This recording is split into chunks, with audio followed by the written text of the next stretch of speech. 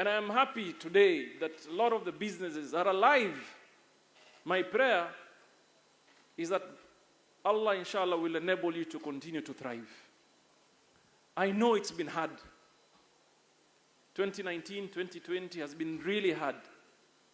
And even earlier, from 2017, when we began the conversation, and I'm glad it may be seen not so good that we are going in towards electioneering period, but I want to urge my colleagues, the politicians, that this now may be the moment, especially now that we are going through a transitional election, this now may be the moment for all of us to come together and leave our selfish interest aside and stand for Mombasa. This is the moment that we must come together and negotiate with the incoming regime on how we want our business to be handled. And I'm going to take it up myself. You know me, I'm for Raila Odinga. But I have told him, there are certain things we must relook. Mombasa must be counted, for example, to be a truly liberalized economy. So we must have some agreements. We must go back and relook at the SGR. We must. We must engage truly on open skies policy. We must.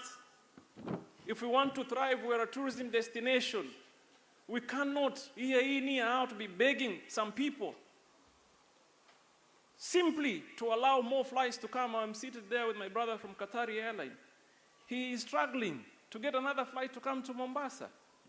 Why are we even having such kind of a discussion? 2021.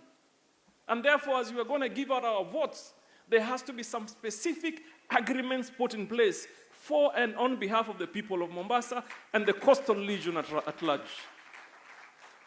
And for me, this is a very serious business. I probably won't run for any seat. Kuna kura mtanipea mimi. But I'm going to tell you as it is. And I want to, there's a lot of naysayers. And I echo the sentiments of Abdusama. For example, when we stood to speak on certain matters, everybody, and some of them that are here, everybody was up in arms saying Governor Joho and businesses. It is true. Some people say you want Governor Joho to own the port simply because my family does some CFS business. But you know, the most unfortunate bit that I want to tell some of you here today, and it's very unfortunate, because yes, Hassan Joho's family is in the CFS's business. So as Joshua Kulei, Mohamed Jaffa, Mitchell Coates, Gideon Moy, multiple hauliers, Compact, Sam Kairu, and many others, Faisal Abbas. But unfortunately, for some of people, they only see my family. And truly, this is the only indigenous family that is in that business here in Mombasa. But you know what? Uasidi ni kitu chetu cha kawaida.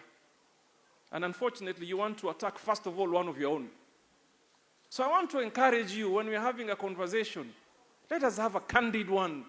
I saw some people telling me, Governor, biashara hii. Yes, but don't you see others? And who stood? Who stood? I, single-handedly, was the first one to look at certain decisions that were taken. Many opposed.